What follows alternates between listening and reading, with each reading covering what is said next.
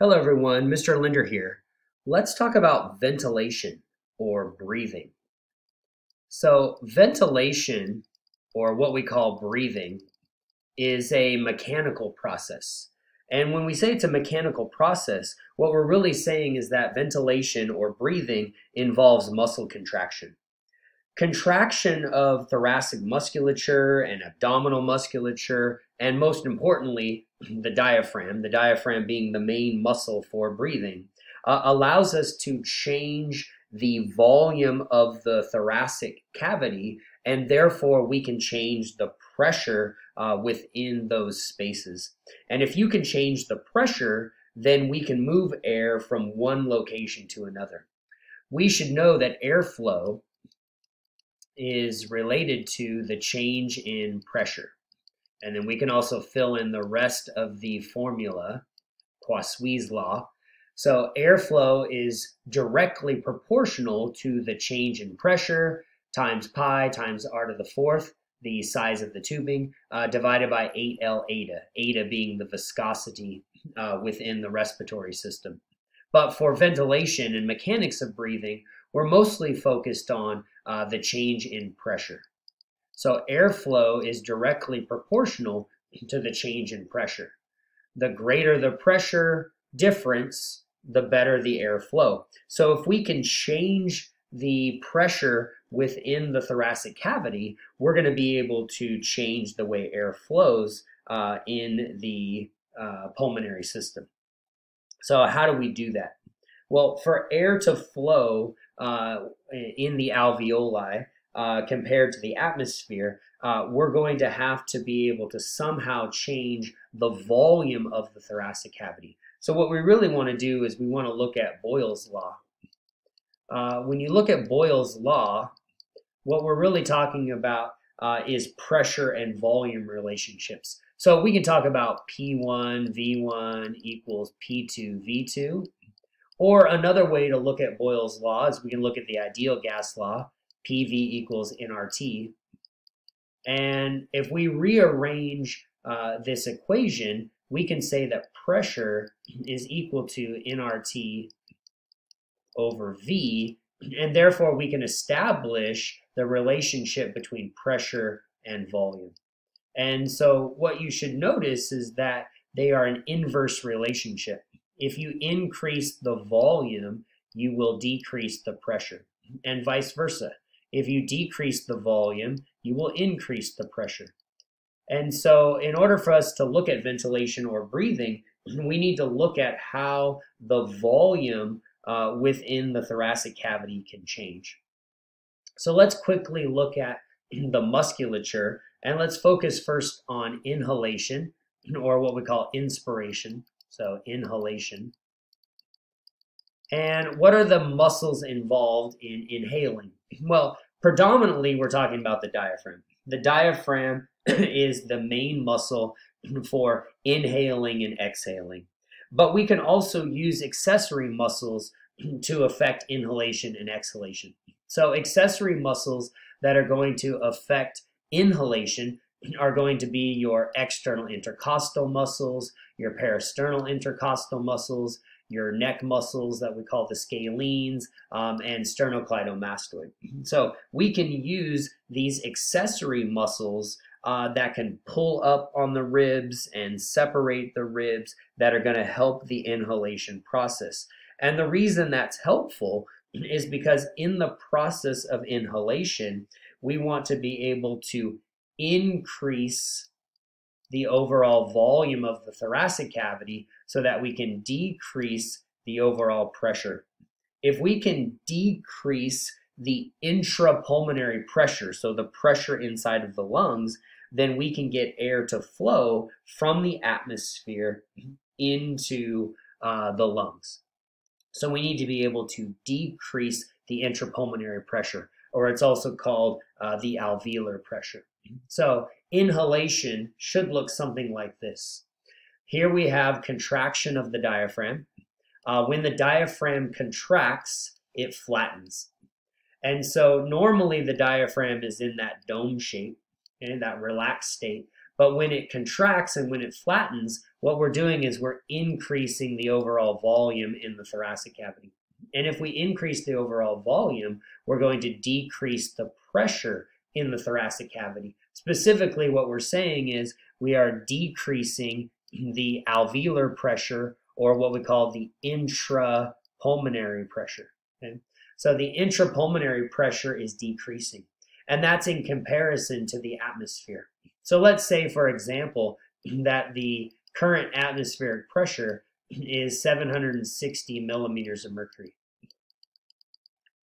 If we can flatten the diaphragm, increase the volume, and decrease the pressure, let's say the pressure goes to 757 millimeters of mercury, so our intrapulmonary pressure, our alveolar pressure is decreasing, then air can flow in, because air is going to flow based on a difference in pressure, or a delta P.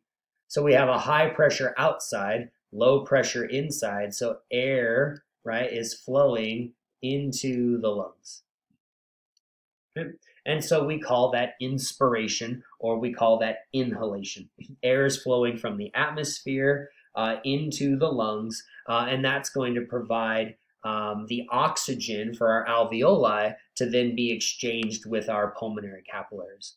What's also interesting is that the intrapleural pressure, so that's this pressure right here in this space, okay? So this space right here between the lungs and the thoracic cavity wall, that is the intrapleural pressure. That intrapleural pressure needs to remain lower than the intrapulmonary pressure. So the pressure in this space, let's say it's 754 millimeters of mercury of pressure.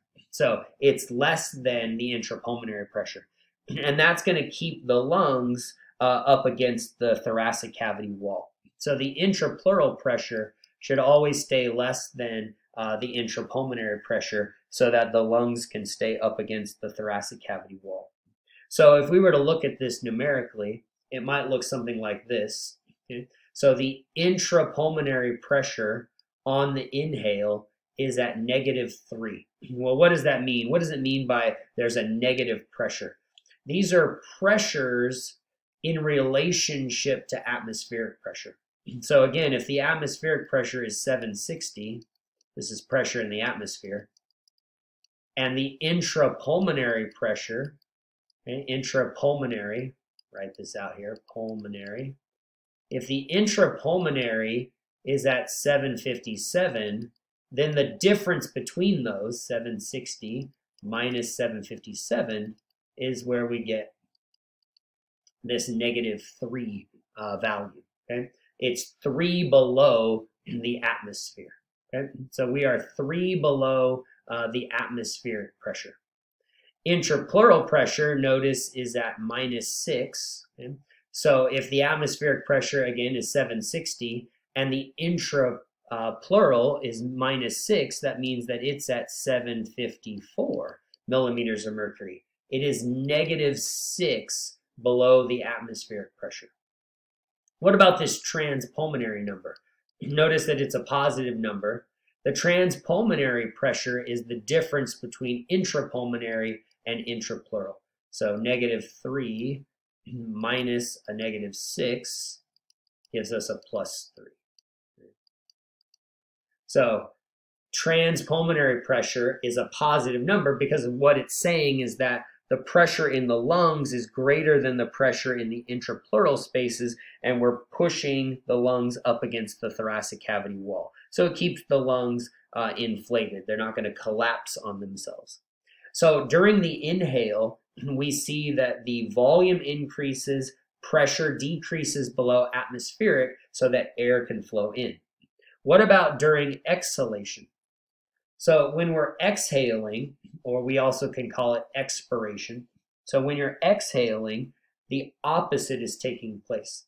So what we're going to see is we're going to see a decrease in the thoracic cavity volume so that there's an increase in intrapulmonary pressure, or what we call alveolar pressure, so that air can flow out. So again, if atmospheric pressure is 760 millimeters of mercury, and the pressure in the lungs, so let's say the intrapulmonary pressure is 763, that's a greater pressure, and so air can flow out. Right? There's a delta P, right, between the high pressure and the low pressure, and air is going to flow from high to low. So here's the high and here's the low, and so air is going to flow out. So we call this expiration or exhalation.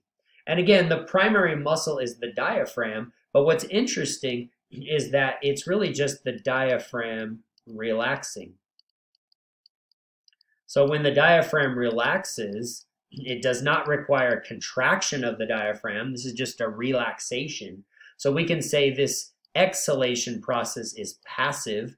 It does not require the contraction of a muscle. We just relax the diaphragm, the volume of the space decreases, the pressure goes up, and therefore air will flow out. However, we can forcibly exhale. So let's take a look at other muscles for exhalation, muscles of expiration or muscles of exhalation. We know that the diaphragm can relax, so it can be a passive process, but we can make this an active process. We can have active exhalations if we use accessory muscles like the internal intercostals, or we use our abdominal musculature. So we can use external obliques, internal obliques, transverse abdominis, rectus abdominis. And what that does is that contracts the abdomen, it compresses the abdomen, it pushes up on the diaphragm, thus making the thoracic cavity volume even smaller. So we're, again, decreasing the volume so that we can increase the overall pressure in the lungs, and that's going to help us forcibly exhale air. So this would be like blowing out a candle. You want to forcibly exhale. Okay? This could also be laughing, when you forcibly exhale when you laugh.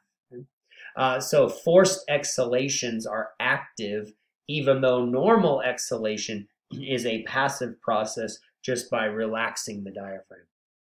If we look at this from a numerical standpoint, you notice that on the exhalation, there's a positive number for the intrapulmonary pressure. So what we're saying is that the pressure inside the lungs is greater than atmospheric pressure. So again, if the atmosphere is 760 millimeters of mercury, and the intrapulmonary pressure is 763 millimeters of mercury, we're saying we're at a +3, right? We're at a +3 value. We're at a positive pressure, forcing air out of the respiratory system. Notice that the intrapleural pressure is still less than the intrapulmonary pressure. It's gone up. We're up to 757 millimeters of mercury. So it's still a negative value compared to the atmosphere. We're 3 below atmospheric pressure. So it's still listed as a negative pressure, but it has come up a little bit. But we still have a positive transpulmonary pressure. +3 minus a -3 is +6. Okay, we're taking the difference between the intrapulmonary and the intrapleural. That gives us +6 on the transpulmonary pressure. And so what we're saying is that we're still pushing the lungs up against the thoracic cavity wall, even when we're forcing air out of the respiratory system. So inhalation is active, actively contracting the diaphragm, and then you can have forced inhalations when you use accessory muscles. Exhalation is normally passive when you relax the diaphragm, but you can have forced exhalations when you use accessory muscles to make the thoracic cavity volume smaller. So we're really talking about changing the volume so that you can change the pressure. Another way to look at this diagrammatically is to look at a graphical representation of inhalation and exhalation. This will follow the alveolar pressure, or we also call that, again, the intrapulmonary pressure. So the pressure inside the lungs. And then here we have the intrapleural pressure. that pressure that's in the space between the parietal pleura layer and the visceral pleura layer. So visceral pleura is going to touch the lung, and parietal pleura does not touch the lung, and so that creates that pleural cavity, and that pleural cavity is where you have the intrapleural pressure. That intrapleural pressure always needs to stay less than intrapulmonary pressure if you're going to have properly inflated lungs, and those lungs are going to stay up against the thoracic cavity wall.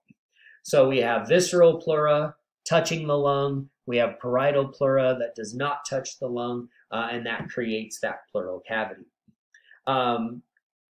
If you look at this graphically, you'll notice that on this graph here, during the inhale, we see the pressure going down. And so we have a drop in pressure inside the lungs. That's so air can flow in. And again, we see that the intrapleural pressure stays below that intrapulmonary pressure. On the exhale, we see that the pressure, right here, we see that the pressure, intrapulmonary pressure, is a positive pressure. We see that it's above the atmospheric pressure. But we also see that that intrapleural pressure comes up, but it still stays less than the atmospheric pressure. That's why it's still graphed as a negative value.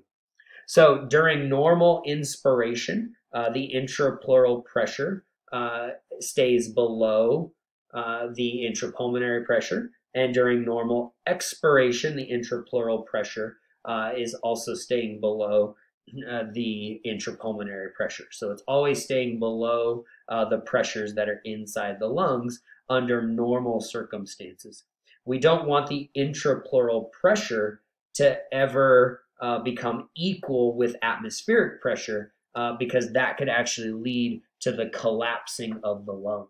And so from a clinical standpoint, we actually do see that sometimes.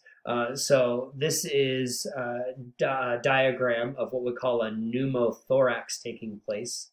So over on the left-hand side, what we're looking at is under normal circumstances. So when we have normal lung function, here we have where we would find the intrapulmonary pressure or alveolar pressure. So we can call this alveolar pressure, or you can call it intrapulmonary pressure inside the lungs, in comparison to the pressure that's in that pleural cavity, which is the intrapleural pressure.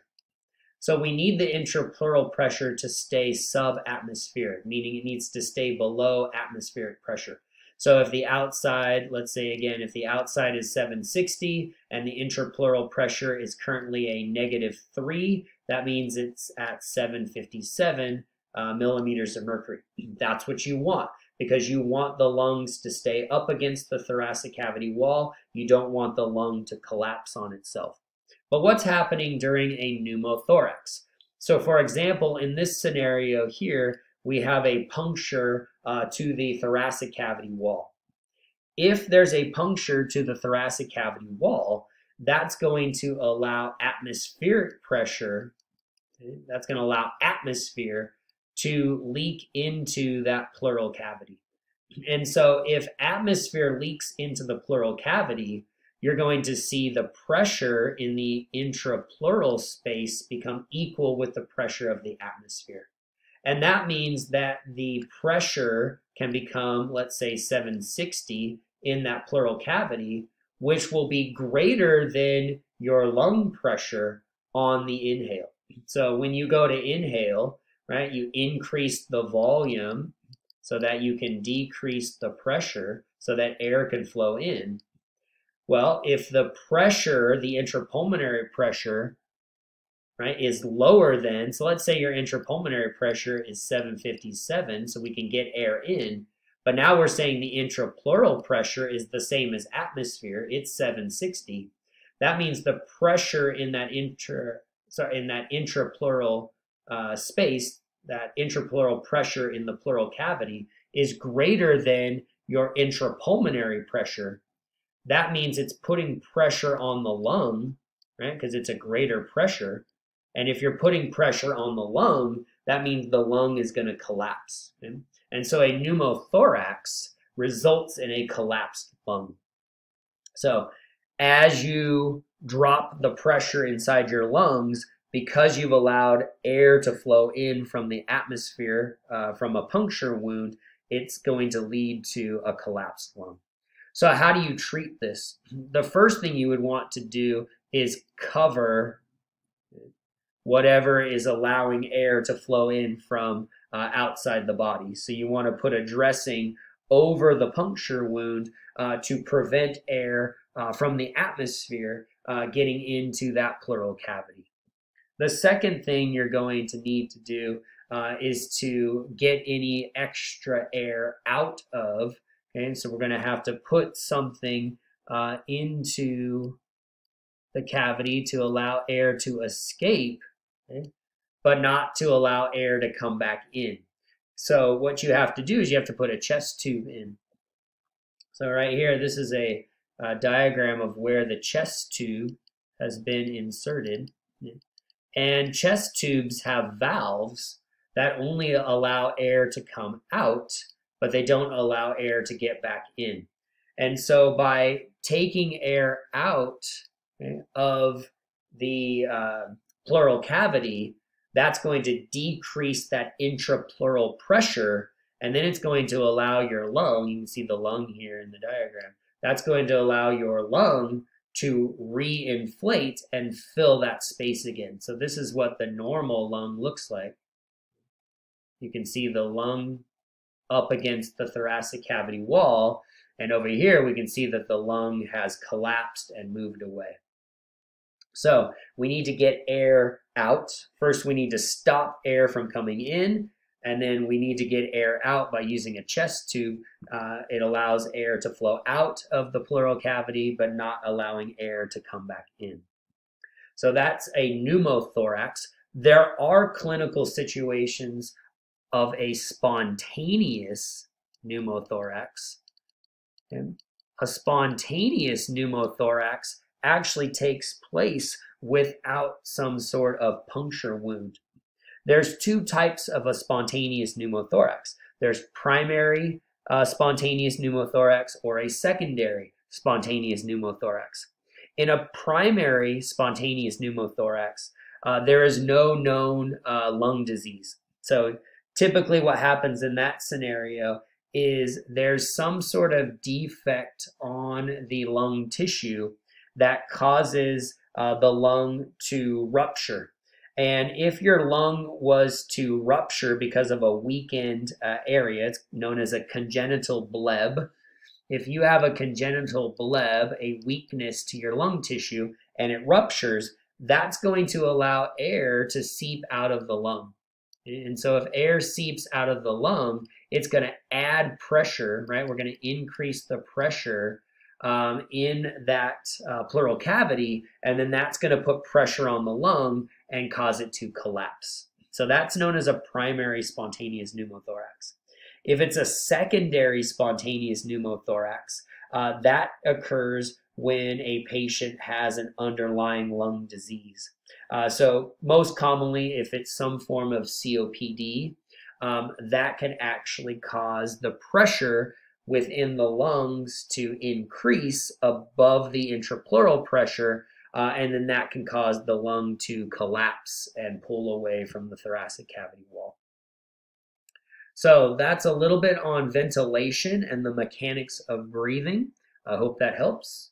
Take care.